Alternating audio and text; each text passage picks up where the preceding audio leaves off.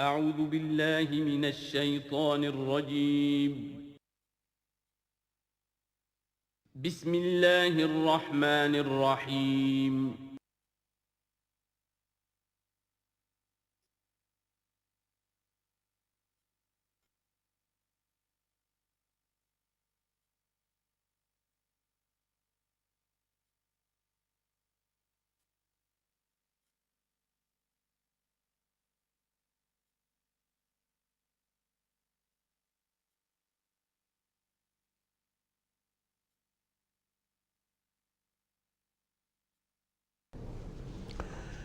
الحمدللہ وکفی والصلاة والسلام علی عبادہ الذین اصطفیٰ خصوصاً علی افضلہم وخاتم النبیین محمد الامین وعلی آلہ وصحبہ اجمعین اما بعد فقد قال اللہ تبارک وتعالی کما ورد فی سورة الشمس اعوذ باللہ من الشیطان الرجیم بسم اللہ الرحمن الرحیم والشمس وضحاها والقمر اذا تلاها والنهار اذا جلاها واللیل اذا یغشاها والسماء وما بناها والارض وما طحاها ونفس وما سواها فألهمها فجورها وتقواها قد افلح من زکاها وقد خاب من دساها صدق اللہ العظیم رب اشرح لي صدری ویسر لي امری واحلل عقدۃ من لسانی یفقهوا قولی اللہم ربنا الہمنا رشدنا واعذنا من شرور انفسنا اللہم ارنا الحق حقا وارزقنا اتباعه وارنا الباطل باطلا وارزقنا اجتنابه اللہم وفقنا لما تحب وترضى اللہم زک انفسنا فإنک خیر من زکاها اللہم ربنا آنس وحشتنا فی قبورنا وارحمنا بالقرآن العظیم اللہم اجعلہ لنا اماما ونورا وہدا ورحمہ اللہم ذکرنا منہ ما نسینا وعلمنا منہ ما جہلنا وارزقنا تلاوتہ آناء اللیل وآناء النہار واجعلہ لنا حجتا یا رب العالمین آمین۔ کل میں نے اشارہ کر دیا تھا کہ قرآن حکیم میں سورۃ البلد کے بعد چار جو صورتیں ہیں ان کو ایک مشترک عنوان ان کے لیے میں نے تجویز کیا ہے چہار سورہ نور و ظلمت۔ ان چار صورتوں کے شروع میں قسمیں ہیں، چنانچہ پہلی صورت میں قسموں کا حصہ بہت بڑا ہے، جیسے ہم نے پہلے دیکھا تھا سورہ تکویر میں اذا الشمس کورت سے چل کر 13 آیتیں چلی تھیں، اور اس کے بعد ایک آیت آئی تھی جس پر کہ ان سب چیزوں کو جا کر پھر مرکوز کیا گیا علمت نفس ما احضرت، لیکن سورہ انفطار میں صرف 4 آیتوں کے بعد وہ مضمون آیا اور زیادہ کھل گیا۔ وہی ترتیب یہاں ہے۔ اس میں یہ دیکھیے کہ 8 آیتیں آئیں گی کہ جس میں قسمیں ہیں، اور 2 آیتوں میں پھر جواب القسم ہے، کس بات پر قسم کھائی گئی ہے، اور وہ بڑا مرکزی مضمون ہے، بنیادی مضمون ہے۔ اگلی صورت میں سورۃ اللیل میں قسموں والا حصہ کم ہو جائے گا اور وہ بنیادی مرکزی مضمون مزید کھلے گا۔ پھر اس میں سے جو ایک پہلو ہے اس مضمون کا وہ پھر اپنے نقطۂ عروج کو پہنچے گا سورۃ الضحیٰ میں۔ اس طرح تدریجاً یہ مضمون آگے بڑھ کر مکمل ہو رہا ہے۔ والشمس وضحاها، قسم ہے سورج کی اور اس کی دھوپ کی۔ والقمر اذا تلاها، اور قسم ہے چاند کی جبکہ وہ اس کے پیچھے آتا ہے۔ تلاہا، تلا یتلو، پیچھے آنا، فالو کرنا۔ قرآن مجید کی تلاوت کا لفظ بھی اسی لیے، پڑھنے کے لیے تلاوت کیا ہے کہ آپ اس کے ٹیکسٹ کو فالو کر رہے ہوتے ہیں۔ بسا اوقات انگلی بھی ساتھ چلتی ہوتی ہے، جو زیادہ ماہر نہیں ہوتے ان کو دیکھا ہوگا کہ وہ کہیں ایسا نہ ہو کہ اس سطر کو چھوڑ کے اس پہ آ جائے، انگلی ساتھ چلاتے ہیں۔ اور اسی سے پھر یہ کہ اس کا اس قدر معنی پیدا ہو گئے کہ قرآن مجید پڑھنے کا جو حقیقی مقصد ہے اسے فالو کرنا ہے، اس پر عمل کرنا ہے، اس کا اتباع کرنا ہے۔ اس اعتبار سے بہترین لفظ جو ہے وہ اختیار کیا گیا، لیکن لغوی معنی اس کے کیا ہے؟ کسی کے پیچھے آنا۔ تو قسم ہے سورج کی اور اس کے دھوپ چڑھنے کی، اور قسم ہے چاند کی جبکہ اس کے پیچھے آتا ہے۔ والنہار اذا جلاھا، اور قسم ہے دن کی جبکہ وہ اس کو روشن کر دیتا ہے۔ اگرچہ شکل تو یہ ہے کہ سورج سے دن روشن ہوتا ہے، لیکن یہاں اس میں بہت لطیف نکتہ پیدا کیا ہے کہ دن ہوتا ہے تو ہمیں سورج نظر آتا ہے، تو گویا کہ دن نے سورج کو نمایاں کیا ہے، اس لیے کہ آگے اس کا ہم بدن آ رہا ہے وَاللَّيْلِ إِذَا يَغْشَاهَا، اور قسم ہے رات کی جب کہ وہ اس کو یعنی سورج کو ڈھانپ لیتی ہے۔ سورج کو رات نے ڈھانپ لیا، دن نے گویا کہ اس کو نمایاں کر دیا۔ وَالسَّمَاءِ وَمَا بَنَاهَا، اب دیکھیے جوڑے جوڑے آ رہے ہیں یہ سورج اور چاند، دن اور رات۔ وَالسَّمَاءِ وَمَا بَنَاهَا، اور قسم ہے آسمان کی اور جو اسے بنایا، تعمیر کیا۔ وَالْأَرْضِ وَمَا طَحَاهَا، اور قسم ہے زمین کی جب کہ اس کو پھیلا دیا، بچھا دیا، بچھونا بنا دیا۔ وَنَفْسٍ وَمَا سَوَّاهَا، اور قسم ہے نفس انسانی کی اور جو اس کو بنایا اور درست کیا، اس کو نک سک سے درست کیا، اس کا تسویہ کیا، اس کو سنوارا۔ فَأَلْهَمَهَا فُجُورَهَا وَتَقْوَاهَا، یہاں تک کہ اس کے اندر نیکی اور بدی کا علم الہامی طور پر رکھ دیا، الہام کر دیا اسے، اس کا فجور بھی اور اس کا تقوی بھی۔ اب یہاں قسم کھائی گئی قد افلح من زکاہا وقد خاب من دساہا، جس نے بھی اپنے نفس کو پاک کر لیا وہ کامیاب ہو گیا، اور جس نے اسے مٹی میں دفن کر دیا وہ ناکام ہو گیا۔ اصل مضمون یہ ہے مرکزی دو آیات کہ انسان کے پاس کوئی ایک امانت ہے، اس کا ایک نفس ہے جو اللہ نے اسے دیا ہے۔ اس نفس کو جس نے پاک کر لیا، سنوار لیا، بنا لیا، جس کے لیے ہم مختلف الفاظ استعمال کرتے رہے ہیں، تعمیر سیرت، تعمیر خودی، کریکٹر بلڈنگ، ایک انسان اپنی شخصیت کو بناتا ہے۔ تو جس نے تو صرف بنانا، لیکن اس کے علاوہ پاک کرنا، بنانا اس معنی میں کہ تمام رذائل سے اس کو پاک کیا جائے اور فضائل سے اسے سنوارا جائے، اسے منور کیا جائے، مزین کیا جائے۔ تو جس نے اپنے نفس کو پاک کر لیا، مزین کر لیا، فضائل سے مرصع کر لیا، مسجع کر لیا، وہ کامیاب ہو گیا۔ خواہ یہاں پر اس کے پاس جائیداد نہ بنی ہو، دولت اس کے پاس جمع نہ ہوئی ہو، دنیا والے اس کو جانتے بھی نہ ہو، وہ غیر معروف آدمی ہو، کچھ بھی ہو، یعنی ایک معیار ہے کامیابی ناکامی کا جو ہم لوگوں کے سامنے رہتا ہے۔ کامیاب کون ہے؟ زیادہ پیسے والا، زیادہ دولت والا، جو زیادہ پروفیشن میں شائن کر گیا، بزنس میں آگے نکل گیا، کسی بھی اعتبار سے۔ لیکن اس میں زور ہے قد افلح من زکاہا، اصل میں کامیابی اور فلاح تو اس کی ہے۔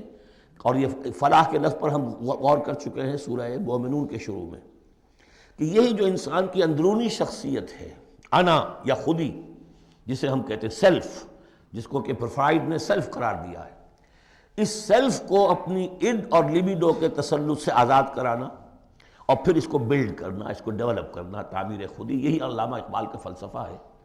تو یہ ایسے ہی ہے کہ جیسے کہیں خزانہ تھا، آپ نے کھود کر اس میں سے خزانہ نکالا، تو یہ ہمارا سیلف جو ہے، ہماری خودی جو ہے، یہ بھی در حقیقت ہمارے اس حیوانی وجود کے اندر دفن ہے۔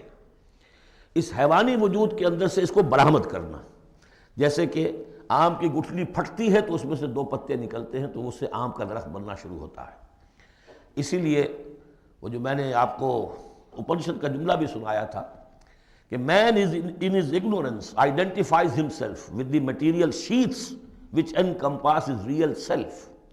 اصل خودی، اصل انا، اصل میں وہ کون ہے؟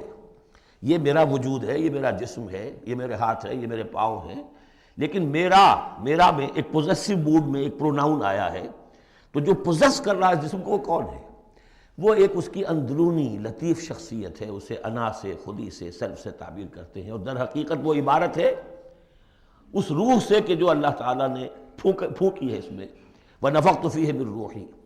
تو اس مٹی کے ڈھیر میں اس روح کو ڈالا گیا ہے، اس کو برآمد کرنا اور اس کو بنانا اور سنوارنا، یہ ہے اصل کام انسان کا۔ جو اس میں کامیاب ہو گیا وہ کامیاب ہو گیا۔ اور دسا یدسو ہم پڑھ چکے ہیں کہ جب کسی شخص کے ہاں اس زمانے میں، اس معاشرے میں کوئی خوشخبری آتی تھی کہ بچی پیدا ہو گئی ہے، تو ایک تو منہ چھپاتا پھرتا تھا وہ کہ بیٹی ہو گئی، میں بیٹی کا باپ شمار ہوں گا، اور سوچتا رہتا تھا کہ اسے میں اپنے پاس رکھوں، ام یدسھا فی التراب، یا اسے جا کے میں مٹی میں دباؤں۔ تو دسا یدسو دبا دینا، تو یہ ہے کہ جس نے اپنی اس خودی کو اسی حیوانی وجود میں دبا دیا، ختم کر دیا، قد خاب من دساہا، وہ ناکام ہو گیا۔ اب اس حقیقت پر ایک تو میں نے آپ کو نوٹ کرایا تھا کل کہ سورۃ الاعلیٰ پڑھتے ہوئے میں نے کہا تھا کہ بعض مضامین جو ہیں جو ان صورتوں میں آ رہے ہیں وہ سورۃ الاعلیٰ میں ان کی اصل جڑ پڑ چکی ہے، اور اس کی آخری 6 آیتیں جو ہیں وہ کیا ہے؟ قد افلح من تزکا وذکر اسم ربہ فصلی بل تؤثرون الحیاۃ الدنیا والآخرۃ خیر وابقی ان ھذا لفی الصحف الاولی صحف ابراہیم وموسیٰ۔ قد افلح من تزکا، جس نے پاکیزگی حاصل کر لی وہ کامیاب ہو گیا۔ یہاں اسے مزید کھولا کہ اس کا برعکس کیا ہے؟ قد افلح من زکاہا وقد خاب من دساہا۔ اس پر گواہیاں لائی گئی ہیں کہ جیسے تمہیں پوری اس کائنات میں تضادات نظر آتے ہیں، رات ہے دن بھی ہے، آسمان ہے بلند زمین ہے پست، بالکل اسی طریقے سے انسان کا معاملہ بھی یہ ہے کہ اگرچہ ویسے تو شکل و صورت میں سب تقریباً ایک جیسے انسان ہیں، ہیومن بینگز ہیں، لیکن 2 مختلف قسم کے راستوں پر یہ چل رہے ہیں۔ ایک راستہ وہ ہے کہ یہی حیوانی نفسانی خواہشات اور اسی کے اندر پوری زندگی جو ہے گزار دی، اور اپنے اس اصل روح ربانی کو، اپنی اصل امانت الہیہ کو دبا دیا، گویا کہ چلتے پھرتی قبر بن گئے۔ اس کے لیے حیوان انسان چل رہا ہے، لیکن وہ انسان جو ہے وہ روحانی وجود اس کا وہ اس کے اندر دفن ہو چکا ہے۔ تو قد خاب من دساہا قد افلح من زکاہا، اس پر یہ ساری قسمیں کھائی گئیں۔ سورج ہے تو اس کے ساتھ چاند ہے، دن ہے تو اس کے ساتھ رات ہے، اسی طریقے سے آسمان ہے تو اس کے ساتھ زمین ہے، اور یہ جو نفس انسانی ہے اسے اللہ نے بڑا سنوارا ہے، بنایا ہے۔ اس نفس کے اندر بھی ایک ودیت کر دیا ہے نیکی اور بدی کا شعور۔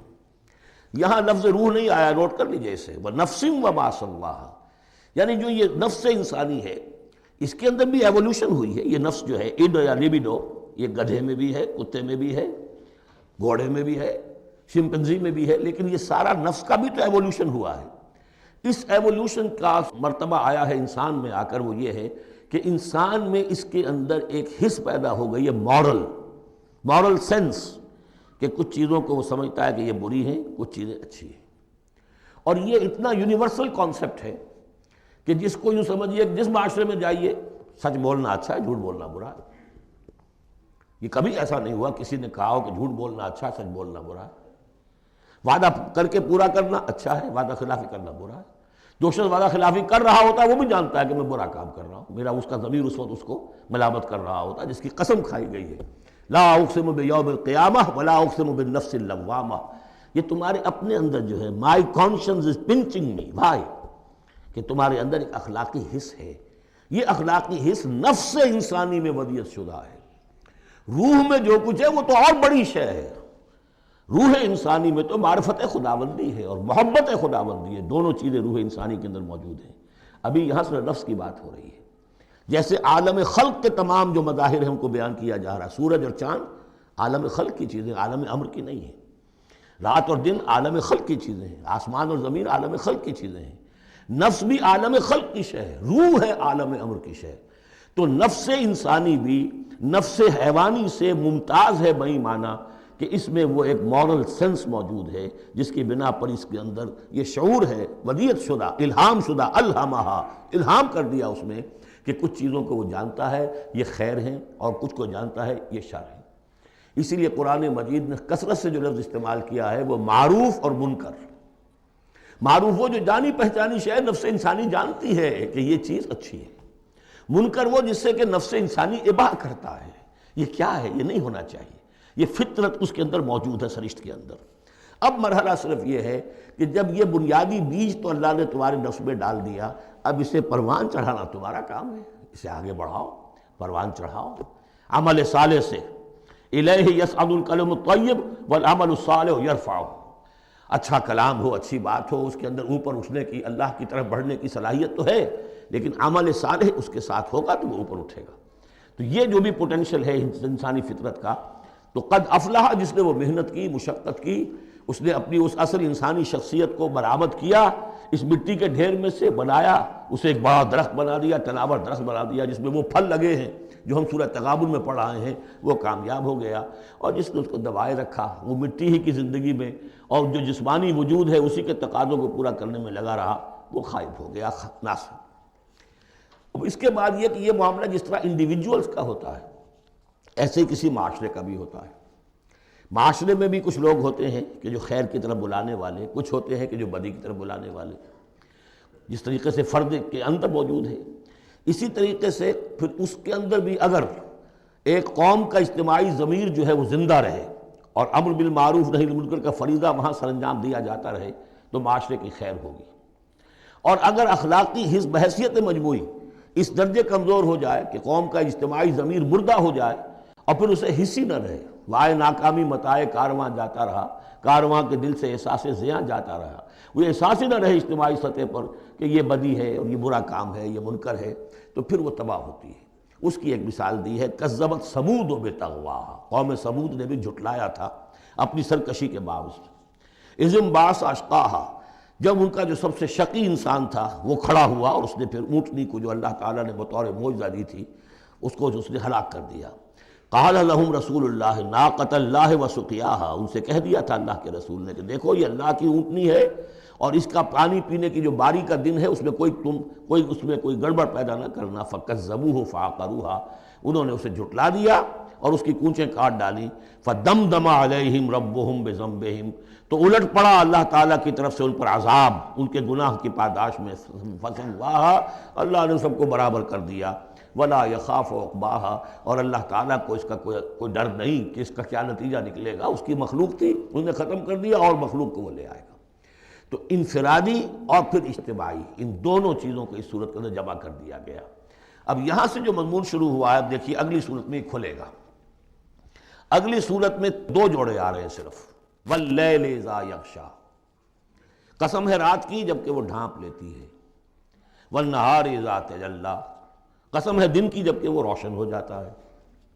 یہ ہمارے خارج میں آفاق کے اندر دن اور رات۔ وما خلق الذکر والانثی، ہمارے انفس میں، ہمارے اندر کوئی مذکر ہے، کوئی مؤنث ہے، کوئی مرد ہے، کوئی عورت ہے۔ یہ جو تضادات بظاہر نظر آتے ہیں حقیقت میں تضادات نہیں ہیں، ان دونوں کے مل کے ہی در حقیقت فطرت اپنے مقاصد کی تکمیل کر رہی ہے۔ دن اور رات کے فرق سے ہی سارا نباتاتی نظام جو ہے یہ وہ سارا کا سارا اسی کے ساتھ وابستہ ہے، اسی سے اس کا ریسپریٹری سسٹم ہے، اسی سے یہ فوٹو سنتھسس اور سب کا یہ جو سولر انرجی ہے اس کا درختوں کی لکڑیوں میں آ کے سٹور ہو رہا ہے، یہ کیا ہو رہا ہے، یہ سارا کا سارا دن اور رات کے ساتھ ہے۔ اسی طریقے سے مرد اور عورت، اگر یہ فرق نہ ہو تو اولاد کیسے ہو، آگے نسل کیسے چلے؟ تو تضادات میں بھی توافق ہے یہاں، اگرچہ بعض چیزیں بظاہر متضاد ہیں لیکن ان میں توافق ہے، اللہ تعالیٰ نے اسی لیے پیدا کیا، لیکن ساتھ ہی یہ بتا دیا کہ جیسے یہ تضادات تمہیں نظر آ رہے ہیں واضح طور پر، دن اور رات، نر اور مادہ، ایسے ہی ان سعیکم لشتی، تمہاری جو سعی ہے، محنت ہے، بھاگ دوڑ ہے، وہ تو سب کر رہے ہیں۔ وہ تو کل ہم پڑھ چکے سورہ بلد میں، لقد خلقنا الانسان فی کبد، ہم نے تمام انسانوں کو مشقت میں پیدا کیا۔ مشقت انسان کا مقدر ہے، محنت کرنی ہے، جد و جہد کرنی ہے، معاشی جد و جہد ہے، اور بھی جو ہے پھر اولاد کا پالنا ہے۔ لا اقسم بہذا البلد وانت حل بہذا البلد، کسی کا کوئی نظریہ بھی بن گیا ہے، کوئی آئیڈیل بھی ہے، کسی آئیڈیالوجی کا ماننے والا ہے، اب اس پر اس کا بوجھ ہے کہ اس آئیڈیالوجی کو پروموٹ کرے، اس نظریے کو پھیلائے، اور پھر یہ کہ اس نظام کو قائم کرنے کے لیے تن من دھن لگائے۔ تو کتنے بوجھ ہیں انسانوں پر، پھر کتنے صدمے انسان اٹھاتا ہے۔ تو فرمایا کہ لا اقسم بہذا البلد وانت حل بہذا البلد ووالد وما ولد لقد خلقنا الانسان فی کبد، مشقت تو ہر ایک کو کرنی ہے، لیکن جو نتیجے نکلتے ہیں مشقت کے وہ بالکل برعکس ہیں، رات اور دن کا سا تضاد ہے ان میں۔ ان سعیکم لشتی، کوئی شخص اس محنت کے نتیجے میں اپنے آپ کو جنت کا مستحق بنا لیتا ہے، کوئی شخص اسی محنت کے نتیجے میں اپنے آپ کو دوزخ کا مستحق بنا لیتا ہے، راستے جدا ہو جاتے ہیں۔ اس کی بڑی پیاری تشریح ایک حدیث میں آئی ہے، حضور نے فرمایا کل نفس یغدو، ہر جان جو ہے صبح جب ہوتی ہے ہر انسان کی، فبائع نفسہا، پھر یہ کہ وہ اپنے نفس کو بیچتا۔ اب کوئی دفتر جا رہا ہے اپنی صلاحیت بیچ رہا ہے، کوئی بیچارہ وہ چونکہ اور کچھ نہیں سیکھ سکا تھا، اینٹیں ڈھو رہا ہے، تعمیر کا جہاں ہو رہی ہے، کوئی کسی چلا رہا ہے، کوئی ہل چلا رہا ہے، کسی کی مشقت، کوئی اپنی جسمانی جو قوت ہے وہ بیچ رہا ہے، کوئی اپنی ذہنی صلاحیت، اپنی ایکسپرٹیز، ڈاکٹر ہے اس نے بڑی مشکل سے فن حاصل کیا ہے، وہ بیٹھ کے فیس لے رہا ہے، لیکن بیچ رہا ہے اپنے آپ کو، اپنا وقت بیچ رہا ہے۔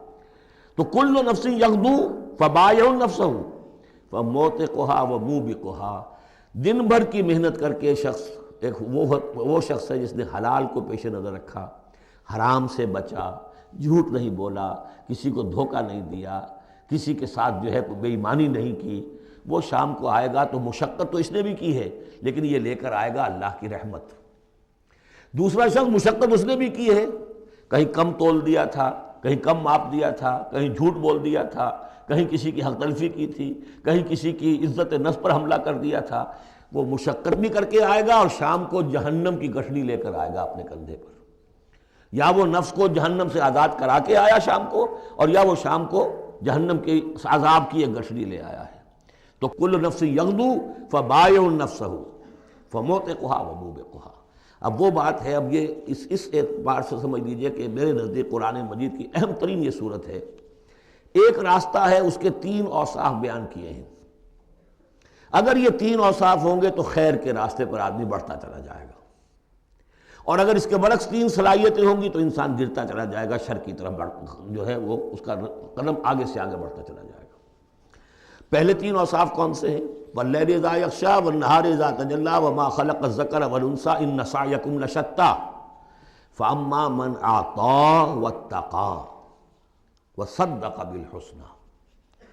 جس شخص میں عطا ہے، جود ہے، سخاوت ہے، کسی کو بھوکا دیکھے تو اگر 1 روٹی ہے تو اس کو بھی بانٹ کر کھا سکے، کسی کو تکلیف میں دیکھے تو اگر اس کے پاس کوئی ہے ایسی چیز جس سے کہ اس کی تکلیف وہ رفع کر سکتا ہو تو دریغ نہ کرے، یہ عطا ہے، جود، عطا، سخاوت۔ فَأَمَّا مَنْ أَعْطَىٰ، پہلی شرط یہ ہے، چونکہ ہم سورہ بلد میں بھی دیکھا ہے کہ وہ جو گھاٹی ہے جس سے گزرنا مشکل ہے، فَلَقْتَحَمَ الْعَقَبَةَ، وہ کون سی گھاٹی تھی؟ فَكُّ رَقَبَةٍ أَوْ إِطْعَامٌ فِي يَوْمٍ ذِي مَسْغَبَةٍ يَتِيمًا ذَا مَقْرَبَةٍ أَوْ مِسْكِينًا ذَا مَتْرَبَةٍ ثُمَّ كَانَ مِنَ الَّذِينَ آمَنُوا وَتَوَاصَوْا بِالصَّبْرِ وَتَوَاصَوْا بِالْمَرْحَمَةِ۔ اس گھاٹی کو عبور کر کے اگر اہل ایمان میں شامل ہوگا تو ابو بکر صدیق بنے گا، عمر فاروق بنے گا، عثمان غنی بنے گا، اور اس گھاٹی کو عبور کیے بغیر کسی وجہ سے اسلام لے آیا، عبداللہ ابن ابی بن جائے گا۔ اگرچہ اس نے بھی کلمہ پڑھا ہے، اس نے بھی کہا ہے اشہد ان لا الہ الا اللہ واشہد ان محمد رسول اللہ، اور وہی کلمہ پڑھا ہے ابو بکر نے اور عمر نے اور عثمان نے اور علی رضی اللہ تعالیٰ عنہ۔ لیکن فرق کیا ہے؟ یہ زمین کچھ اور تھی جس میں بیج پڑا ہے، وہ زمین کچھ اور تھی جس میں بیج پڑا ہے، وہ زمین میں ہل چل چکا تھا۔ تو فرمایا کہ پہلی شے کیا ہے، اور یہ آیت ہم پڑھ چکے ہیں، 4 پارے کی پہلی آیت، لن تنالوا البر حتى تنفقوا مما تحبون، تم نیکی کے مقام تک رسائی حاصل نہیں کر سکتے جب تک کہ خرچ نہ کر سکو اللہ کے لیے اور اللہ کی مخلوق کے لیے، اور وہ چیز کہ جو تمہیں پسند ہو۔ یہ نہیں کہ جو اذکار رفتہ ہو گئی، بیکار ہو گئی، پرانی ہو گئی، دل سے اتر گئی، وہ دے دیا اور پھر سمجھا کہ ہم نے حاتم طائی کی قبر کو لات مار دی ہے، یہ نہیں۔ مما تحبون، نیکی کی گرد کو نہیں پہنچ سکتے، لن تنالوا البر حتى تنفقوا مما تحبون۔ تو پہلی شرط ہے اعطاء، دوسرا ہے واتقا۔ واتقا کیا ہے؟ وہی اخلاقی حس جو ہے وہ اگر بیدار ہے، نتیجہ کیا نکلے گا کہ وہ پھر نیکی کرنا چاہے گا، بدی سے بچے گا۔ وہی فَأَلْهَمَهَا فُجُورَهَا وَتَقْوَاهَا، اگر یہ حس مر نہیں گئی ہے، یہ دفن نہیں ہو گئی ہے، اس کے اوپر حوث جو ہے اس کا غلبہ نہیں ہو گیا ہے، کوئی اور غلط جو ہے انسان کا رجحان اس نے اسے دبا کر نہیں رکھ دیا ہے، تو تقا اس کے اندر ہوگا، میں کسی کا دل نہ دکھا دوں، میں کسی کا حق نہ مار لوں، اس کے اندر ایک احساس ذمہ داری جو ہے وہ موجود رہے گا۔ اور تیسری شرط وصدق بالحسنى، جو بھی اچھی بات اس کے سامنے رکھی جائے اور اس کا دل گواہی دے دے کہ ہاں بات ٹھیک ہے، فوراً قبول کرے، تصدیق کرے۔ اس وقت یہ نہ کرے کہ یہ میں اگر مان لوں گا تو فلاں چیز چھوڑنی پڑ جائے گی، یہ اگر مان لوں گا تو فلاں کام کرنا پڑ جائے گا، یہ اگر مان لوں گا تو فلاں شخص ناراض ہو جائے گا، یہ اگر مان لوں گا تو مجھے یہ نقصان ہو جائے گا۔ اگر یہ سوچ کر رک گیا تو فیل ہو جائے گا۔ بلکہ یہ کہ جب دل نے گواہی دے دی کہ ہاں ٹھیک ہے، حق ہے، صحیح ہے، فوراً کہو دیکھیے جی آپ کی یہ بات، یعنی اس کو سمجھیے پریکٹیکلی، اگر آپ کسی بحثی میں بھی مبتلا ہو گئے کسی کے ساتھ، اور پھر یہ ہے کہ آپ نے کسی وقت محسوس بھی کر لیا کہ پلڑا اس کا بھاری ہے، بات اس کی صحیح ہے، لیکن ایک یہ کہ اڑے ہوئے، اب کیسے مان لوں میں کہ میں ہار گیا۔ ایک یہ کہ شخص کہ ٹھیک ہے صاحب آپ کی یہ بات مجھے بالکل دل کو لگی ہے، ٹھیک ہے، ابھی اور غور کریں گے، سوچیں گے، چلیں گے آگے اور اس مسئلے پر، لیکن یہ بات آپ کی ٹھیک ہے۔ اس سے انسان کے اندر جو ہے پھر وہ ہم آہنگی پیدا ہوتی ہے، بات آگے بڑھتی ہے۔ لیکن یہاں سمجھ لیجیے کہ بنیادی طور پر یہ تین اوصاف ہیں. فاما من آتا، بخل نہ ہو، اتقا اور اس کے اندر یہ اخلاقی حس بیدار ہو. نمبر 3، جو اچھی بات سامنے آئے اس کی تصدیق کر دیں. فَسَنُيَسِّرُهُ لِلْيُسْرَىٰ، تو ہوتے ہوتے ہم آسانی سے، اب یہ لفظ بھی آ چکا تھا سورہ علق میں، وَنُيَسِّرُكَ لِلْيُسْرَىٰ، میں نے کہا تھا اس لفظ کو یہاں نوٹ کر لیجئے اور یہیں سے یہ بات آگے کھلے گی. فَسَنُيَسِّرُهُ لِلْيُسْرَىٰ، جس شخص میں یہ تین اوصاف ہوں گے ہم انہیں رفتہ رفتہ رفتہ رفتہ سب سے اونچی اور سب سے اچھی جو آسانی والی شاید منزل ہے جنت، وہاں پہنچا دیں گے. اب اس کے برعکس دیکھیے ترتیب. وَأَمَّا مَن بَخِلَ، اعطاء کے مقابلے میں بخل آ گیا. وَاسْتَغْنَىٰ، بے پرواہ ہے، اسے پرواہ ہی نہیں. دریا کو اپنی موج کی طغیانیوں سے کام، کشتی کسی کی پار ہو یا درمیان رہے، ہمیں سے کیا غرض ہے؟ وہ تو اپنی اس میں دھن میں لگے جا رہے ہیں. کسی کا دل مسل دیا، کسی کے جذبات کے اوپر جو ہے ٹھیس پہنچا دی، کسی کو کچھ کر دیا، کسی کا مال ہڑپ کر لیا، کسی کو اور کسی طرح سے اس کی عزت کے اوپر جو ہے کوئی حملہ کر دیا، چلے جا رہے. استغنا، انہیں یہ احساس ہی نہیں ہے کہ کوئی نیکی اور بری کا معاملہ بھی ہے اور مجھے سیدھے راستے پر چلنا ہے، برائی کے راستے پر نہیں. وَكَذَّبَ بِالْحُسْنَىٰ، اچھی بات پیش کی جائے جھٹلا دے. دل گواہی دے چکا ہے کہ بات اچھی ہے لیکن پھر جھٹلا دے، کسی تعصب کی وجہ سے، کسی ضد کی وجہ سے، تکبر کی وجہ سے، ہٹ دھرمی کی وجہ سے. فَسَنُيَسِّرُهُ لِلْعُسْرَىٰ، تو ایسے شخص کو ہم آہستہ آہستہ تدریجاً سب سے بڑی مشکل یعنی جہنم میں پہنچا دیں گے. تو یہ گویا کہ اب دو راستے، اِنَّ سَعْيَكُمْ لَشَتَّىٰ، تمہاری جد و جہد جو ہے زندگانی کی، ان کے یہ دو رخ ہے. اگر تو یہ ہے اما من اعطا واتقا وصدق بالحسنى، اگر یہ تینوں چیزیں بتمام و کمال موجود ہوں تو وہ شخص صدیق بنے گا، ابو بکر صدیق بنے گا رضی اللہ تعالی عنہ، ان کے نقش قدم پر چلنے والا ہوگا. اور اگر ان تینوں میں کوئی چیز کمی ہے تو کہیں بیچ میں لٹک جائے گا، اور تینوں ہی نہیں ہے تو معلوم ہوا کہ وہ بدترین خلائق ہوگا پھر، جس کا کہ سب سے بڑا کردار جو قرآن مجید میں آتا ہے وہ ابو لہب ہے. ابو جہل جو ہے وہ بدترین نہیں تھا، اچھی طرح سمجھ لیجئے. وہ تو جب آج ہم پڑھیں گے، جب سورہ علق آئے گی تب اس کے کردار کا نقشہ سامنے آئے گا. اس کی شخصیت بڑی اونچی شخصیت تھی بعض اعتبارات سے. میں سنا چکا ہوں، نے صاف مانا تھا کہ محمد جھوٹ نہیں کہہ رہے، جو کچھ کہہ رہے ہیں صحیح کہہ رہے ہیں، لیکن میں نہیں مان سکتا. اس کا مطلب ہے ہمیشہ کے لیے ہم بنو امیہ جو ان کے غلام ہو جائیں گے، بنو ہاشم کے. یہ میرے لیے قبول نہیں. صاف تو کہا نا، کم سے کم give the devil his due. اسی طریقے سے جس باطل دین کا وہ علمبردار تھا اس کے لیے اس نے بھی گردن کٹوائی ہے، قربانی دی ہے اس نے. ابو لہب نے 2 مرسنریز بھیج دیے، تم چلے جاؤ، میں تمہیں پیسے دے دوں گا، تم جاؤ، تم لڑاؤ میری جگہ پر. اس لیے کہ اس میں وہ بات نہیں تھی، اس میں مردانگی تھی. کوئی وجہ تھی کہ حضور نے 2 شخصوں کو برابر تولا ہے، عمر ابن الخطاب اور عمرو ابن ہشام میں سے اللہ کسی ایک کو میری جھولی میں ڈال دے.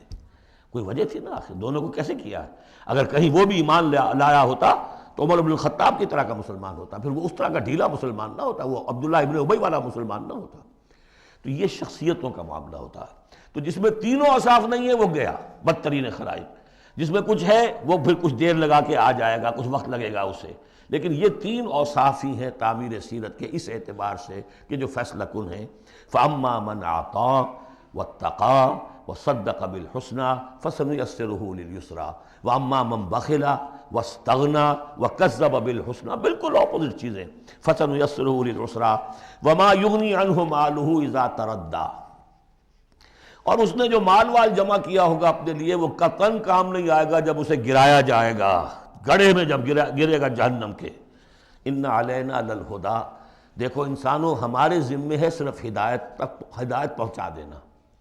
یہ اب اللہ تعالیٰ اپنے ذمے لے رہے ہیں، یہ ہمارے ذمے ہے کہ تمہیں راستہ دکھا دیں، سجھا دیں. یہ سجھا دینا ہمارے ذمے ہے. اس کے لیے ہم نے تمہیں جبلی ہدایت بھی دی ہے، اس کے لیے ہم نے تمہارے اندر اخلاقی حس بھی رکھ دی ہے، اس کے لیے ہم نے اپنی روح تم میں پھونکی ہے، اس میں ہماری معرفت اور محبت موجود ہے. اور پھر ان تمام چیزوں کی تکمیل کے لیے ہم نے نبی بھیج دیے، رسول بھیج دیا، کتابیں نازل کر دی. ہم نے اپنا ہدایت کا جو فرض تھا وہ ادا کر دیا. ان علینا للہدیٰ وَإِنَّ لَنَا لَلْآخِرَةَ وَالْأُولَىٰ، پھر ہمارے ہی لیے ہے اختیار آخرت کا بھی اور اولا کا بھی، دنیا کا بھی. پھر فیصلہ ہم کریں گے کہ کون اب اس قابل ہو گیا ہے کہ دنیا کو ان کے بوجھ سے پاک کر دیا جائے، زمین کو ان کے بوجھ سے آزاد کر دیا جائے، پوری قوموں کو ملیہ بیٹ کر دیا جائے. فیصلہ کرتے ہیں۔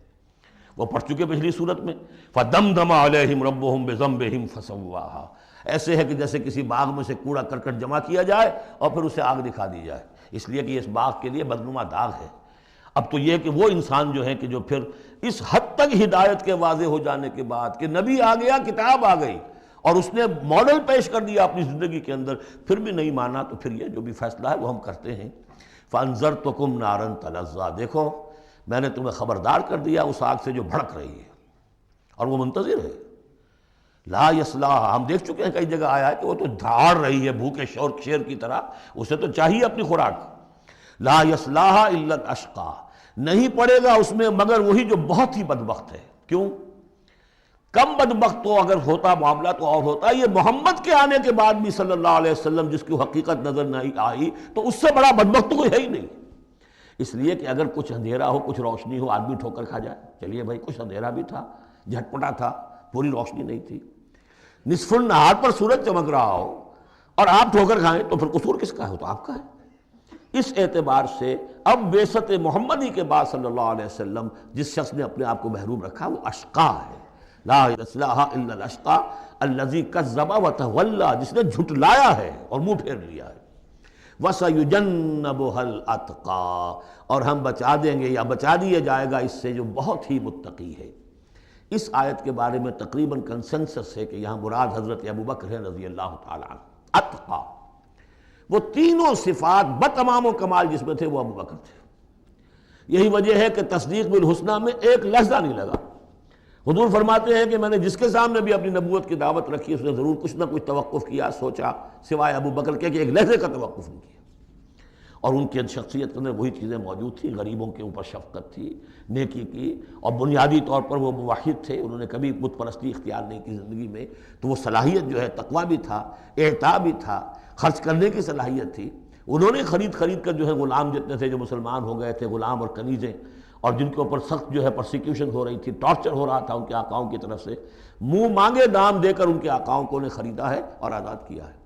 فَأَمَّا مَنْ أَعْطَىٰ وَاتَّقَىٰ وَصَدَّقَ بِالْحُسْنَىٰ، یہ تینوں اوصاف بتمام و کمال ابو بکر میں، ابو بکر صدیق اور صدیق اکبر رضی اللہ تعالی عنہ۔ خواتین میں الصدیقۃ الکبریٰ حضرت خدیجہ الکبریٰ ہیں رضی اللہ تعالی عنہ۔ وَسَيُجَنَّبُهَا الْأَتْقَى الَّذِي يُؤْتِي مَالَهُ يَتَزَكَّىٰ، جو اپنا مال دیتا ہے اپنے نفس کو پاک کرنے کے لیے۔ وہ مال کیوں دے رہا ہے؟ کیوں خرچ کر رہا ہے؟ کیوں بلال کو اس نے خریدا ہے؟ باپ نے کہا ابو قحافہ نے، وہ تو ایمان نہیں لائے تھے اس وقت تک، وہ تو فتح مکہ کے بعد ایمان لائے، وہ کافر رہے پورے عرصے کے دوران، مشرک رہے۔ تو باپ نے یہ کہا کہ ابو بکر تمہیں اگر کوئی خریدنا ہی تھا غلام اور کسی کو آزاد کرنا تھا تو کوئی دیکھتے، اچھا غلام دیکھتے، کوئی طاقتور سے دیکھتے جو تمہارے کام بھی کبھی آتا۔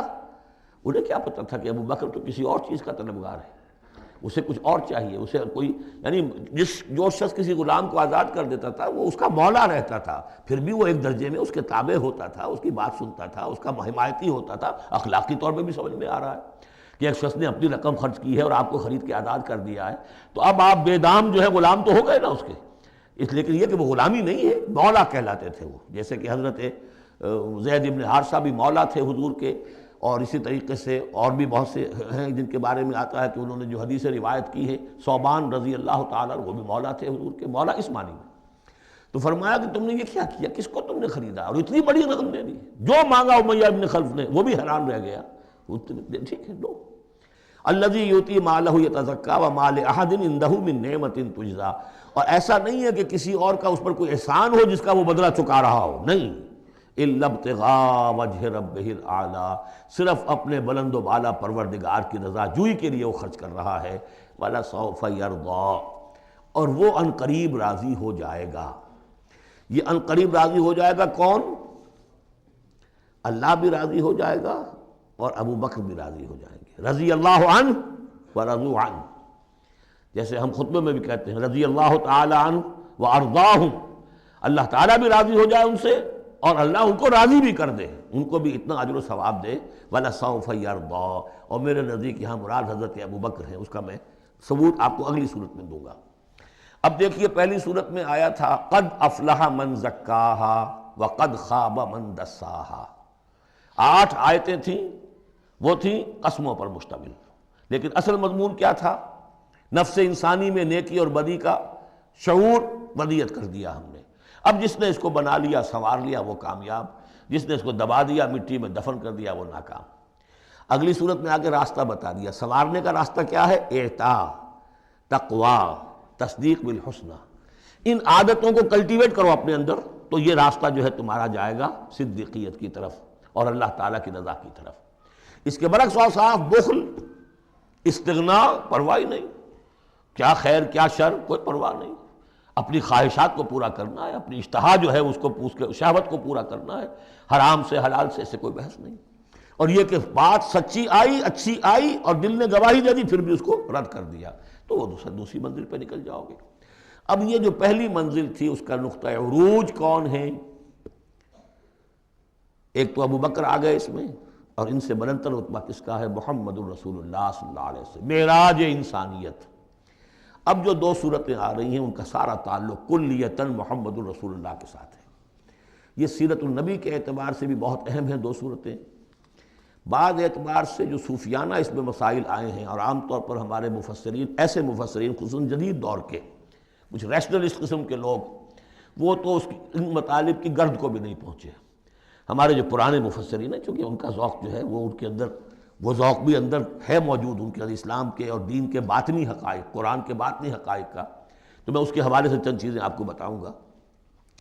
سورۃ الضحیٰ کا اس کا جو شان نزول ہے وہ یہ ہے کہ کچھ دنوں کے لیے، ایک تو بالکل شروع میں جو رک گئی تھی فترت وحی، اس کے علاوہ پھر ایک موقع آیا ہے کہ کچھ عرصے کے لیے بہت دن گزر گئے، حضرت جبرائیل نہیں آئے، اور آپ کے اوپر ایک شدید قسم کی جو ہے وہ پریشانی طاری ہو گئی۔ کچھ لوگوں نے بھی طعنہ دینا شروع کر دیا، کچھ عرصے سے محمد تم نے کوئی نئی وحی نہیں سنائی، کیا ہوا تمہارا شیطان کیا چلا گیا بس؟ اب کوئی ایسا بھی بتایا گیا کہ ایک دفعہ کہیں متواتر کئی راتوں تک آپ رات کو اٹھے نہیں، تو کہا وہ تمہارا شیطان تمہیں چھوڑ گیا ہے۔ کوئی ساتھ کے رہنے والی عورت جو تھی کہ رات میں نے سنی نہیں تمہاری کوئی پڑھنے کی جو تم پڑھا کرتے تھے، شاید شیطان تمہیں چھوڑ گیا ہے۔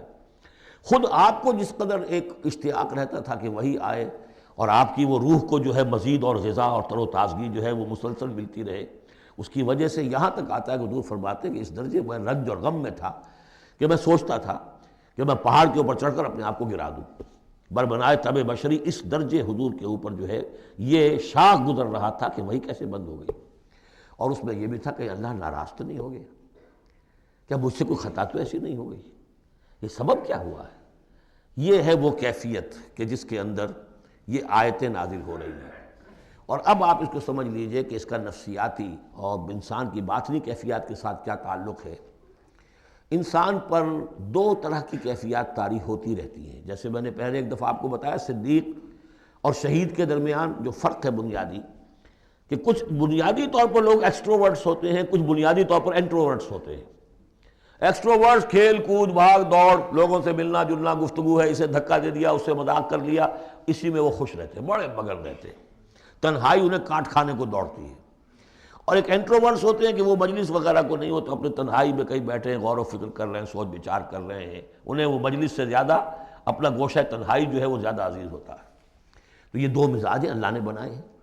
اسی طرح ہر انسان کے اوپر آلٹرنیٹلی کچھ کیفیات آتی ہیں، جس کو ہم کہتے ہیں میرا موڈ آف ہے، ایک طرح کا قبض سا ہو جاتا ہے طبیعت میں بندش سی ہوتی ہے، کسی وقت اسی شخص کے اندر پھر انشراح سا ہو جاتا ہے، پھر ہنسنے بولنے کو جی چاہتا ہے، گفتگو کرنے کو جی چاہتا ہے۔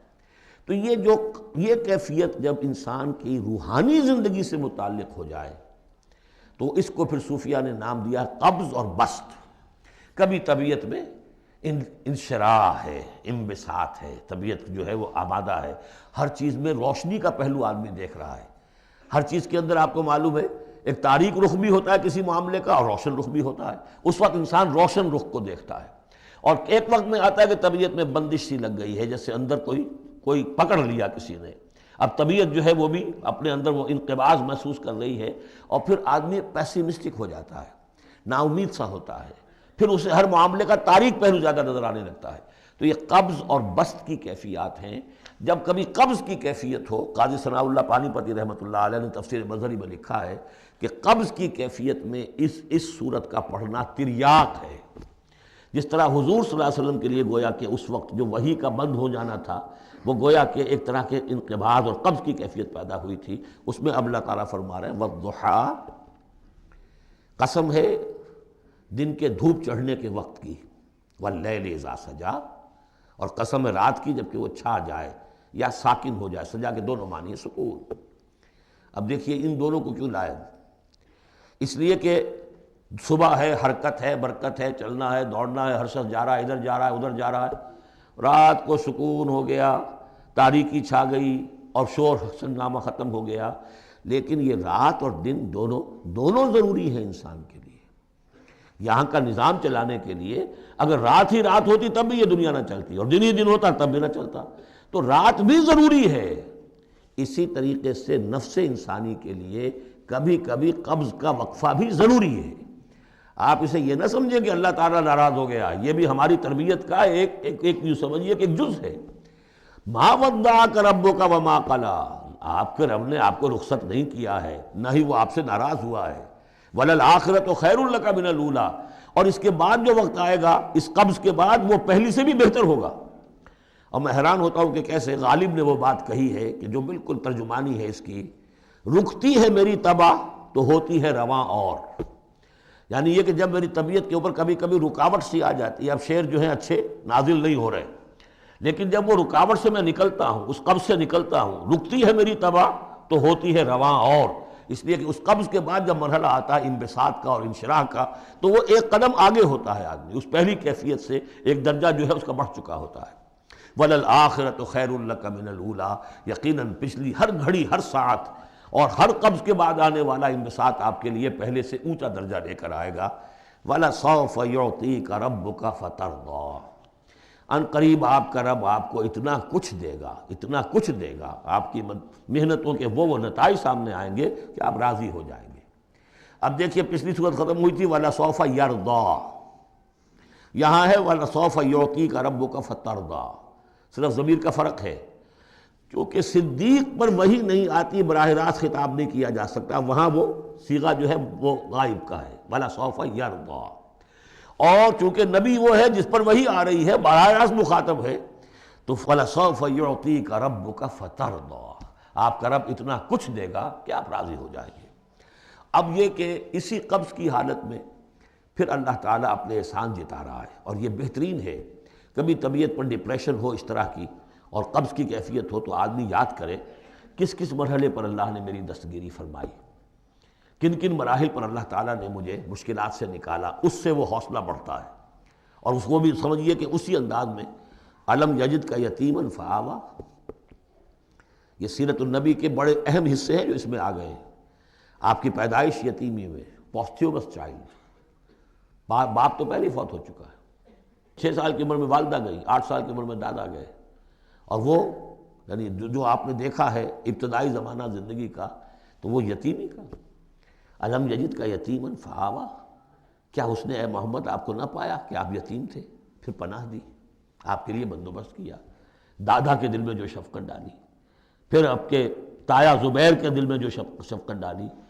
عبد المطلب کے بعد فوراً ابو طالب کا نام آتا ہے، حالانکہ یہ غلط ہے تاریخی اعتبار سے۔ عبد المطلب کے بعد کافی عرصے تک زبیر جو آپ کے تایا تھے وہ سرپرست تھے، پھر ان کے انتقال کے بعد ابو طالب کا معاملہ آیا ہے، لیکن ان کو بیچ میں سے غائب کر دیا گیا ہے۔ بہرحال اللہ تعالیٰ جو بھی کسی کے دل میں ڈالتا ہے، آخر ابو طالب کے دل میں محبت ڈالی تو کس نے ڈالی؟ وہ ہم پڑھ چکے ہیں سورہ طٰہٰ میں، وَأَلْقَيْتُ عَلَيْكَ مَحَبَّةً مِّنِّي، حضرت موسیٰ علیہ السلام کی موہنی صورت کے اوپر اللہ تعالیٰ فرماتے ہیں ہم نے اپنی محبت کا پرتو ڈال دیا کہ تمہیں دیکھنے کے بعد وہ قتل کرنے کے ارادے سے باز رہ گئے، ان کے ہاتھ شل ہو گئے، ایسی موہنی صورت اسے قتل کر لیں۔ وَأَلْقَيْتُ عَلَيْكَ مَحَبَّةً مِّنِّي وَلِتُصْنَعَ عَلَىٰ عَيْنِي، یہ ہوا ہے۔ تو فرمایا الم یجد کا یتیما فآویٰ ووجدک ضالا فہدیٰ، اور پھر جب آپ شعور کی پختگی کو پہنچے اور غور و فکر کا مرحلہ آیا، حقائق میں انسان کو سوچ بچار کا مرحلہ آیا، اور آپ کو دیکھا کہ آپ تلاش حقیقت میں سرگرداں ہیں تو ہدایت دی۔ وہ آگے آ جائے گا، بہت قریب پہنچ گئے ہم، اقرأ بسم ربک الذی خلق، وہ مرحلہ جب آئے گا۔ وَوَجَدَكَ عَائِلًا فَأَغْنَىٰ، اور پایا آپ کو تنگ دست تو غنی کر دیا۔ کس طرح سے راستہ پیدا کیا ہے۔ خدیجہ الکبریٰ رضی اللہ تعالی عنہا نے جو بھی ان کے آپ کے محاسن دیکھے کتنی گرویدہ ہوئی ہیں، بڑے بڑے سردار قریش کے جو ہے ان سے نکاح کے خواہش مند تھے، انہوں نے خود جو ہے اپنی لونی کے ذریعے سے پیغام دیا ہے حضور کو۔ تو یہ ساری چیزیں جو ہیں ان کی ساری دولت جو ہے وہ پوری کی پوری انہوں نے لا کر حضور کے قدموں میں ڈال دی ہے۔ وَوَجَدَكَ عَائِلًا فَأَغْنَىٰ فَأَمَّا الْيَتِيمَ فَلَا تَقْهَرْ۔ تو اے نبی تقاضے ان تینوں چیزوں کے کیا ہیں؟ ہم نے آپ کو یتیم پایا، پناہ دی، اب آپ بھی یتیم کے سرپرستی کیجئے، کسی یتیم کو اس کے اوپر کوئی جبر نہ ہو، سختی نہ ہو۔ وَأَمَّا السَّائِلَ فَلَا تَنْهَرْ، اور آپ جب کہ تلاش حقیقت میں سرگرداں تھے تو ہم نے آپ کو ہدایت دی، اسی طریقے سے اب آپ کو بھی کوئی شخص سائل بن کر آپ کے پاس آئے، سوال کرے، اسے جھڑکنا نہیں ہے۔ اسے جو بھی سائل دونوں طرح کے ہوتے، سوال کرنے والا کوئی علمی سوال اور سوال کرنے والا کوئی مالی مدد کے لیے۔ وَأَمَّا بِنِعْمَةِ رَبِّكَ فَحَدِّثْ، اور جو ہدایت تمہیں دی ہے ہم نے اب اسے عام کرو، یہ نعمت ہے، آپ کے رب کا انعام ہے، یہ ہدایت جو آپ کو عطا ہوئی ہے اس کو بیان کرو۔ اس کے بیان کرنے میں یہ بھی ہے کہ اللہ کے انعامات کا چرچا انسان کرے اس کا شکر ادا کرنے کے لیے، اور یہ بھی ہے کہ اس کو پھیلائے اور عام کرے، دوسروں تک پہنچائے، ورنہ وہ بخل ہو جائے گا کہ وہ دولت جو ہے ہدایت کی اس کو آدمی صرف اپنی ذات تک محدود رکھے اور اس کا جو خیر ہے وہ دوسروں تک نہ پہنچائے۔ سورۃ الانشراح، بسم اللہ الرحمن الرحیم۔ الم نشرح لک صدرک ووضعنا عنک وزرک الذی انقض ظہرک ورفعنا لک ذکرک۔ کیا ہم نے آپ کے لیے آپ کے سینے کو کھول نہیں دیا، انشراح نہیں دے دیا آپ کو، اور آپ پر جو ایک بوجھ پڑا ہوا تھا وہ اٹھا نہیں لیا۔ الذی انقض ظہرک، جو آپ کی کمر کو دوہرے کیے دے رہا تھا، توڑے دے رہا تھا۔ ورفعنا لک ذکرک، اور ہم نے آپ کے ذکر کو بلند کر دیا۔ فإن مع العسر یسرا ان مع العسر یسرا، تو یقیناً مشکل کے ساتھ ہی آسانی ہے، یقیناً مشکل کے ساتھ ہی آسانی ہے۔ فإذا فرغت فانصب وإلى ربك فارغب، تو جب آپ فارغ ہو جائیں تو پھر یہ کہ خوب کمر کس لیجئے، محنت کیجئے اور اپنے رب کی طرف راغب ہو جائیے۔ یہ مشکلات القرآن میں سے ہے۔ عام طور پر سمجھتے ہیں لوگ کہ جو مشقتیں تھیں دعوت و تبلیغ میں، اور جو آپ کے اوپر جو لوگ فکرے چست کر رہے تھے اس کی وجہ سے آپ کو یہ رنج ہو رہا تھا، تو یہاں اصل میں یہ بات نہیں ہے، وہ بھی ہے اپنی جگہ پر، حقیقت میں بات کون سی ہے؟ اور کیونکہ یہ بھی معلوم ہے کہ یہ بالکل ابتدائی زمانے کی صورتیں ہیں، لہذا اس دور میں تو ابھی اس طریقے کا جو ہے کوئی بہت زیادہ پرسیکیوشن بھی نہیں تھی، بہت زیادہ مخالفت بھی نہیں تھی، اس سے کہیں زیادہ بڑے مراحل سے آپ کو گزرنا پڑا ہے۔ 3 سال کی جو بھی شیب بنی ہاشم کی قید ہے وہ بعد کی بات ہے، جو یوم طائف آ رہا ہے وہ اس کے بہت بعد کی بات ہے، یوم اور بہت بعد میں آ رہا ہے۔ یہ اصل میں کیا ہے، جس شخص کو اللہ تعالیٰ نبوت دیتا ہے اس کی سب سے زیادہ جو خواہش ہوتی ہے وہ اللہ کے ساتھ لو لگا کر بیٹھا رہے، اور رسالت کا فریضہ ایسا ہے کہ جاؤ خلق خدا کو ہدایت کا راستہ دکھاؤ۔ اب کہاں وہ کیفیت، دن ڈھونڈتا ہے پھر وہی فرصت کے رات دن بیٹھے رہے تصور جانا کیے ہوئے، کہاں اللہ کی طرف رخ کر کے اللہ کا بندہ کھڑا ہے رات کے وقت، کیا اس کی کیفیت ہے، اس کے قلب کی، اس کی روح کی کیا انشراح ہے، کیا انبساط ہے، کن بلندیوں پر اس وقت وہ ہے، کس روحانی وسعتوں کے اندر جو ہے وہ اس وقت پیراکی کر رہا ہے، اور کب جا رہے کسی نے کہہ دیا پاگل ہے، کسی نے کہہ دیا کہ یہ تو مجنون ہے، دیکھو ذرا یہ شخص ہے جو کہتا ہے آپ کے معبودوں کو کہ یہ غلط ہے۔ اب اس کا ایک تقدر ہو رہا ہے دل کے اوپر، کہاں وہ کیفیت۔ علامہ اقبال نے اسے لکھا ہے، 4th لیکچر ہے ان کا جو خطبات میں سے، شیخ عبد القدوس گنگوہی رحمۃ اللہ علیہ کا قول دیا ہے۔ وہ کہیں کسی کیفیت میں بیٹھے ہوئے تھے اسی طرح مراقبے میں، اچانک اقامت کی آواز آ گئی، اب جماعت کھڑی ہو رہی ہے، تو وہ آ رہا کھڑا ہونا ہے، تو نماز میں تو جانا ہے، تو کہا کیا، جھنجھلا کر کہا، حضوری سے نکال کر دربانی میں کھڑا کر دیا۔ اس وقت جس مراقبے کی کیفیت میں میں تھا وہ تو حضوری کی کیفیت مجھے حاصل تھی، اب میں دربانی میں آ گیا ہوں یہاں پر۔ نماز تو آپ پڑھیں گے تو امام کے پیچھے پڑھیں گے، اس نے کہا اللہ اکبر تو کرنا ہی ہے رکوع، چاہے ابھی آپ کے دل چاہ رہا ہے اور قرآن پڑھا جائے تو کیسے ہوگا، تو اس کا حکم ماننا آپ نے۔ آپ چاہ رہے ہیں سجدے میں پڑے رہے ابھی سر نہ اٹھائیں، لیکن وہ تو کہے گا اللہ اکبر، تو سر آپ نے اٹھانا ہی ہے۔ تو وہ ایک اور نظام ہے، وہ نظام با جماعت ہے، اس سے ایک جماعت کی تشکیل جو ہے وہ مطلوب ہے، اور ایک ہے انسان کا اپنا روحانی ترفع، اس کے کچھ اور تقاضے ہوتے ہیں۔ تو جیسے حضرت موسیٰ سے کہا گیا ہر دفعہ آپ نے دیکھا اذهب الى فرعون انه طغى، اور وہ اگر وہیں پر رہتے ڈیرا لگا دیتے، ہر وقت گفتگو ہو رہی ہے، مخاطبہ مکالمہ مل رہا ہے، تو جو لذت اس میں تھی، اس کے اندر جو ہے وہ جو مشقت ہے وہ یہ تھی۔ رفتہ رفتہ پھر آپ کا مزاج اس کا خوگر ہوا ہے، اور پھر یہ کہ جب اللہ تعالیٰ نے اس میں بہت سے لوگوں کو بھی شامل کر دیا، پھر وہ جو تسکین پیدا ہوئی کہ ایک شخص وہ ہوتا ہے جو اکیلا، اس کو مولانا روم نے بڑی خوبصورتی سے بارش کا ایک بتایا ہے مثال، کہ بارش میں ایک مرحلہ ہوتا ہے کہ سمندر سے بخارات اوپر جا رہے ہیں، نہایت صاف شفاف، اس میں تو کوئی قدورت نہیں ہوتی، وہ تو ڈسٹلڈ واٹر جا رہا ہے، وہ اوپر گیا، پھر وہ گیا، اس نے بارش کی شکل اختیار کی، جب بارش کو بن کر وہ گرا ہے تو اس نے اب فضا کو بھی دھو دیا، تو فضا کی قدورت اپنے اندر لی نا، فضا کو صاف کر کے وہ آیا نیچے، زمین کا بھی گند صاف کرتا ہے، صاف کر کے اور وہ گند لے کے دریا میں شامل ہوا، اور پھر گیا اور سمندر میں جا کر گند اس نے وہاں چھوڑا، پھر وہ پاک ہو کر صاف ہو کر بڑی ہی یعنی لطیف شکل میں پھر یہ ہو رہی ہے، یہ ہے ایک سیر الی اللہ، اللہ کی طرف بڑھا جا رہا ہے۔ رات کو اللہ کا بندہ کھڑا ہے اور اللہ سے مناجات ہو رہی ہے، یہ وہ ہے بخارات کا اوپر اٹھنا، نہایت پاکیزہ لطیف کیفیت۔ اور جب آپ آئے ہیں تو بارش کے مانند ہیں، اب آپ دھو رہے ہیں، تو جو دھو رہے ہیں اس سے خود اپنے آپ کو بھی تقدر ہوتا ہے، کسی نے کچھ کہہ دیا، کسی نے کچھ کہہ دیا، کسی نے کچھ کہہ دیا، کسی نے فقرہ چست کر دیا، اب آپ کو ضرورت ہے کہ پھر ذرا اپنے آپ کو بھی صاف کریں دوبارہ، پھر رات کو کھڑے ہو جائیں۔ سیر الی اللہ، سیر فی اللہ، سیر عن اللہ الی اللہ، یہ جو ہے جو تبلیغ کا اور فریضہ رسالت ہے، یہ بھی سیر الی اللہ ہے نتیجے کے اعتبار سے، لیکن اس وقت عن اللہ ہے، اللہ کی طرف تو پشت ہو گئی۔ اب دیکھیے جب آپ نماز میں کھڑے ہیں تو رخ کدھر ہے؟ اللہ کی طرف، جا رہے ہیں تبلیغ کے لیے تو اللہ کی طرف تو پشت ہو گئی، اب تو آپ جا رہے ہیں تو خلق کی طرف آپ کا رخ ہے، اللہ کی طرف تو پشت ہے۔ اس حوالے سے وہ عروج ہے، یہ نزول ہے، اور یہ نزول جو ہے یہ بڑا شاق گزرتا ہے کسی ایسے شخص پر جسے عروج کی لذت حاصل ہو گئی ہو۔ یہ ہے وہ سختی، الم نشرح لک صدرک ووضعنا عنک وزرک الذی انقض ظہرک ورفعنا لک ذکرک فإن مع العسر یسرا ان مع العسر یسرا فإذا فرغت فانصب۔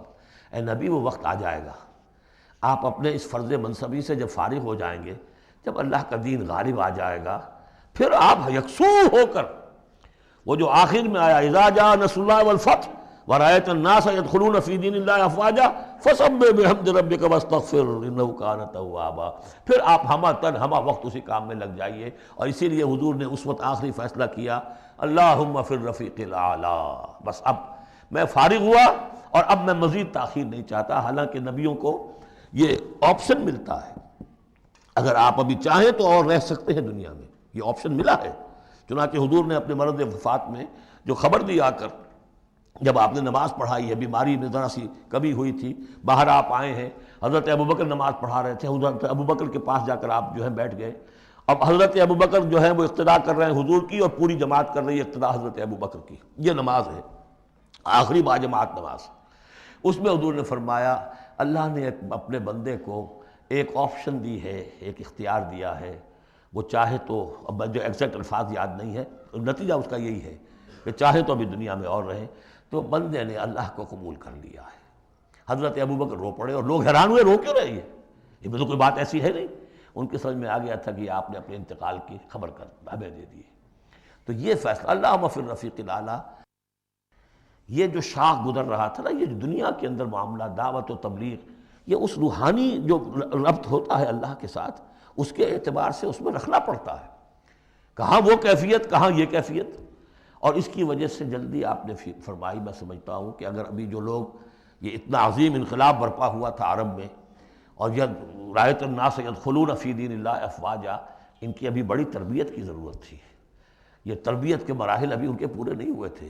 یہ تو صرف مکہ اور مدینہ کے لوگ تھے جو آپ کی تربیت سے اس طریقے سے بہرہ اندوز ہوئے اور ان مستفید ہوئے۔ یہ جو پورا عرب جو ہے ایمان لے آیا، اور ان کو تو آپ کی تربیت کا ابھی وقت نہیں ملا۔ بہرحال جب یہ کام ہو چکے گا اے محمد، تو بس پھر آپ ہمہ وقت اللہ کی طرف متوجہ ہو جائیے۔ سورۃ التین، بسم اللہ الرحمن الرحیم۔ یہ سورت بھی نفسیاتی فلسفیاتی اعتبار سے بہت اونچی ہے، اور وہ کیا ہے سمجھ لیجئے۔ جب کبھی اللہ کا بندہ کوئی جس کی اخلاقی حس بیدار ہو، بات وہیں سے چل رہی ہے، اخلاقی حص الہمہا فجورہا و تقواہا۔ وہ اگر کسی بگڑے ہوئے معاشرے میں بیٹھ کے دیکھتا ہے کہ ہر جگہ پر خود غرضی ہے، ظلم ہے، ہر جگہ پر ہم دیکھ رہے ہیں جھوٹ ہے، دھوکہ ہے، فریب ہے، زیادہ بیان کرنے کی ضرورت ہی نہیں، خود ہمارا جو معاشرہ ہے اس کی بہت بڑی مثال موجود ہے، شاید بڑی ہی نمائندہ جو مثال ہے دنیا کے اندر اس چیز کی، اس پہ کوئی غور کر رہا ہے تو غور کر کے بالآخر بسا اوقات انسان اس درجے پر پہنچتا ہے کہ انسان ہے ہی بہت حقیر اور بہت گندی مخلوق، اس میں خیر ہے ہی نہیں، خیر کا کوئی پہلو نہیں۔ اور یہ میں آپ سے عرض کر دوں، آج کے سارے جو ماہرین نفسیات ہیں ان سب کا حاصل یہی ہے کہ انسان میں کوئی اعلیٰ شے ہے ہی نہیں، یا پیٹ ہے، یا اس کی شہوت ہے، یا حب تفوق ہے، یا اینیمل انسٹنکٹس ہے، کسی خیر کا مجھے کسی بھی جو بھی ہو آپ کا سائیکالوجسٹ کو بتا دیجئے کہ وہ کسی خیر کا بھی آپ کے اندر کوئی سراغ لگا کر بتا سکے۔ یہ جو ایک آتی ہے انسان کے اوپر مایوسی، حساس انسان پر، اس میں یہ صورت نازل ہوئی ہے کہ انسان شر ہی شر نہیں ہے، گند کی پوٹ ہی نہیں ہے، اس میں بڑی بلندی کا پہلو بھی ہے۔ والتین والزیتون، گواہ ہے انجیر اور گواہ ہے زیتون، وطور سینین اور گواہ ہے وہ پہاڑ طور سینا، وہذا البلد الامین اور گواہ ہے یہ شہر امین، امن والا شہر۔ لقد خلقنا الانسان فی احسن تقویم، ہم نے تو انسان کو بہت بلند حساب پر، بہت عمدہ تخلیق پر بنایا تھا۔ اب قسموں کا اس کے ساتھ ربط کیا ہے؟ تین، انجیر، یہ اس علاقے میں کثرت سے ہوتی تھی، اور کہتے ہیں کہ اس پہاڑ کا نام بھی جبل تین تھا، جہاں حضرت نوح علیہ السلام نے دعوت و تبلیغ کی 9.5 برس تک، 950 برس تک۔ زیتون اس پہاڑی کا نام ہے، اور وہاں زیتون کے درخت تھے جہاں حضرت مسیح علیہ السلام نے سرمن آف دا ماؤنٹ، مشہور پہاڑی کا آواز، اسی پر آپ کے زیادہ تبلیغی مباحث ہوئے ہیں۔ طور سینین تو واضح ہے، حضرت موسیٰ علیہ السلام کو جہاں ہم کلامی حاصل ہوئی۔ ھذا البلد الامین، اور یہ امن والا شہر جس میں محمد الرسول اللہ دعوت و تبلیغ کے فریضہ سر انجام دے رہے ہیں۔ ان شخصیتوں کو اصل میں ان مقامات سے مراد یہ شخصیتیں ہیں۔ اگر کسی کا خیال یہ ہے کہ انسان میں کوئی خیر ہے نہیں تو دیکھیں ہمارے بندے نوح کو، یاد کریں ہمارے بندے عیسیٰ کو، یاد کریں وہ بھی تو انسان تھا، موسیٰ جو رب سے ہم کلام ہوا تھا، اور دیکھ لیں اس بندے محمد کو صلی اللہ علیہ وسلم جو اس بلد امین میں نظر آ رہا ہے۔ کیا تمہیں ثبوت نہیں مل جائے گا کہ انسان میں تو بڑی عظمت رکھی تھی ہم نے؟ یہ دوسری بات ہے، آپ اپنے آپ کو حیوان ہی سمجھ لیں، حیوان بنا لیں۔ فَلَا تَكُونُوا كَالَّذِينَ نَسُوا اللَّهَ فَأَنسَاهُمْ أَنفُسَهُمْ، یہ تو آپ کا کام ہے، آپ نے کیا ہے، یہ گراوٹ تو آپ کو ملی ہے۔ حقیقت میں اللہ تعالیٰ نے بنایا تھا، وہ تو بہت اونچے مقام پر بنایا تھا۔ آدم مسجود ملائک، آدم خلقتہ بیدی، اپنے دونوں ہاتھوں سے بنایا ہے۔ تو انسان سرشت کے اعتبار سے کچھ کمزور ہے، فطرت کے اعتبار سے بہت بلند ہے۔ یہ میں دونوں الفاظ بار بار استعمال کرتا رہا ہوں، اب ان تمام چیزوں کی وضاحت ممکن نہیں ہے۔ اس کا روحانی وجود سب سے اونچا ہے، اس کا حیوانی وجود بہت نیچے ہے۔ اصل میں اس حیوانی وجود میں آ کر یہ نیچے چلا گیا ہے۔ والتین والزیتون وطور سینین وھذا البلد الامین لقد خلقنا الانسان فی احسن تقویم، ہم نے انسان کو بنایا تھا بہترین حساب سے۔ ثم رددناہ اسفل سافلین، اب اسے اس جسد حیوانی میں ڈال کر در حقیقت نیچے پہنچا دیا گیا ہے۔ تو اب کیا کرنا ہوگا؟ اب اوپر اٹھنا ہوگا۔ اوپر اٹھنے کے لیے محنت کرنی پڑتی ہے۔ الا الذین آمنوا وعملوا الصالحات، اب یہ ایمان اور عمل صالح ہے جو تمہیں اس پستی سے نکال کر اوپر لے آئے گا۔ جس مقام پر تم پیدا کیے گئے ہو اس مقام تک پہنچنے کے لیے پہلی محنت کیا ہے؟ آپ کے شعور اور ذہن کی آزمائش ہے کہ اللہ کو پہچانتے ہو یا نہیں، اور دوسری محنت عمل صالح ہے۔ الا الذین آمنوا وعملوا الصالحات فلہم اجر غیر ممنون، تو ان کے لیے تو اجر و ثواب ہوگا جو اس کا سلسلہ کبھی منقطع ہی نہیں ہوگا۔